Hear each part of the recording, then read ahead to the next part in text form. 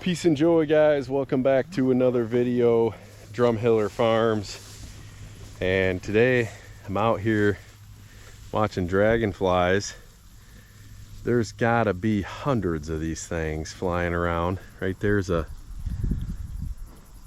tree swallow, but there's just hundreds and hundreds of dragonflies flying around the pastures. I don't know if you can see them in the video or not, but just eating all kinds of insects. And I wanted to hop on here today just to kind of show you, this is the first time we grazed this field this year. We're still on first rotation. There's a beautiful heifer that's going in here in about a week. Fully finished out, tons of fat. And this is the last section that we fed hay on. So if you followed along on the channel, this is the field that I've made a somewhat controversial video about fertilizing your pastures, and I got a lot of people ticked off about that video. One person in particularly who just fertilized his pastures, and another YouTuber from Michigan. Boy, he really got his feelings hurt because he thought I was talking about him, which if I was or wasn't, it really doesn't matter. I wasn't, but he got his feelings hurt, and you know, I can understand why. If I was putting all that fertilizer and, you know, lining somebody else's pocket but my own, I would probably get my feelings hurt too. But enough about that. So this is the last field that we fed hay in, this section right here, from about where that fence is over, and I rolled out quite a few bales right on this last area, because what I did was I blocked them off from the rest of that field for about 3 weeks, and I just littered this with a ton of carbon and rolled out a ton of hay. And I gotta tell you, this field is now the worst field on the farm. We've kind of corrected. All the other fields are better and improving. This field was the last one. It was the worst field. It was the oldest hay field on all of the farms that we lease or own. So it literally, you could walk through here and you could pick up rocks because the plant spacing was so bad. And I wanted to do this video because I just wanted to get down here and show you guys how how thick this is now. I just can't believe it. It's amazing to me. But it's amazing to me to see the difference in this farm. We took this farm and we rolled hay out on it for I believe it was 2 years. 2 years we fed all of our hay on this 60 acres here. And we are not going to feed hay on it this year because we want to fertilize the other farms that we own or lease. But we wanted to do as much fertilizing on this farm as we possibly could. And I just can't get over what it's done. Starting to see some diversity here. This field primarily was orchard grass. A little bit of timothy, but primarily the whole field was orchard grass. And when that orchard would get rank, there was nothing in this field. I mean, again, you didn't even have to walk the field to find rocks. You could point them out from a distance because the plant spacing was so bad and it was just so thin. When that orchard grass would go, there was nothing else there. And I'm seeing some smooth brome grass now. Not a ton of different diversity, but it's coming. I think we've corrected the plant spacing a little bit, and now we're starting to see, you know, a little better diversity in the pastures. Here's some crabgrass, and this stuff, this is some thick, tall crabgrass. I know some people love that. There's some ryegrass right here. Some rye. Here's a little bit of Timothy here. More ryegrass, brome. Some more of that crabgrass. So the diversity is not stellar. It's not rocking out with diversity just yet, but we're changing it. You know, this this is amazing to see. You know, if we fed hay over here for 2 years, it's either been 2 or 3 years, I'd have to look. That will tell you that our other farms have now taken a 2 or 3 year rest from feeding hay. And I do know that in this business, a lot of people, ultimate goal is to never feed hay. And, you know, I've said it before, that's a pretty cool goal, but feeding hay is just part of my business plan. You know, I know how much hay I'm gonna buy, which I'm in the middle of right now, meeting my hay contractor over at my hay yard. He's delivering them to me. I've picked up about 250 some bales from another guy, and this other producer who delivers it is making up the difference of what I need. And you know, it's just part of my business plan, right? I know that I've got to feed. Oh, that steer right there, he's getting close. I know that part of my business plan is that I'm gonna spend X amount of dollars on hay a year. I will say that every year that's a little bit different, but we're gonna spend about $15,000 this year on hay. And that's gonna allow us to feed our cattle and also feed our land. And so I'm not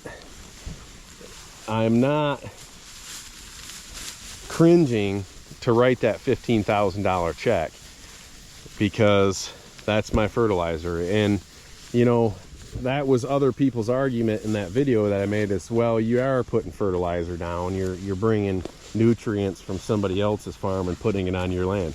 You're exactly right. And I'm paying a local farmer who's making a living off the land, and I'm not lining the inputters' pockets. And maybe somewhere down the line that, you know, that does go into some commercial fertilizer, but the point is, I'm not putting that out on my land. I am feeding the land organically as possible. And here's the 2 bulls. Sid, he's looking ripped out, and Bubba, bird took off on us.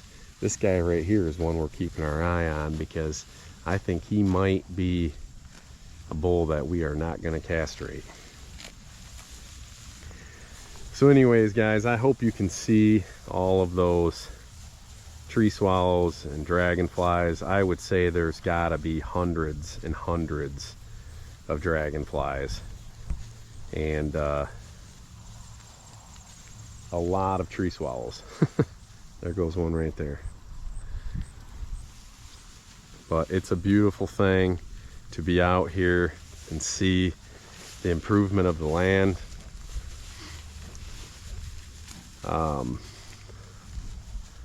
Very, very happy with things. So I just want to tell you my setup here real quick, guys. This is about somewhere between 25 and 30 paces wide, and this is about 600 feet long. And then I got a divider fence. I'll take you up there and I'll show you my divider fence. This divider fence is roughly 80 to 100 paces. So our nighttime paddock is about a third of the size as our all-day paddock, and that's because they don't eat as much at night. You know, they take the night to sleep. So we're not giving them as much ground in the afternoon as we are all day. And so this is our, what I'd call our halfway fence right here. Splits this thing off. It's probably about 40%, 60%. And I'll show you how I got this set up over here. I got one of these Gallagher mini reels hanging right there. I always keep a post really close. This is a little bit further than I normally keep it. I normally keep it up about like that. That way, if that ever got bumped off there and unhooked, this would keep it there and you wouldn't get cattle moving on the other side, or somebody getting over there and wanting to come back and tangling themselves up in a fence. And then what I got on the other side here is I got a little handle that makes it hot. So this side is hot. And you'll see I did the same thing. This is hot. If this gets bumped off there, you see what happens. The fence is still up. They're still going to respect that, and they're not going to try to walk through there. Now, it ain't going to be hot, but they'll respect it if it isn't even hot. I put that back up there. Now that handle's hot. And tomorrow morning, I'll come out here before work and I'll just take this line down. And I've worked this field, you know, long enough. It only takes a day or two to get your paddock size down right.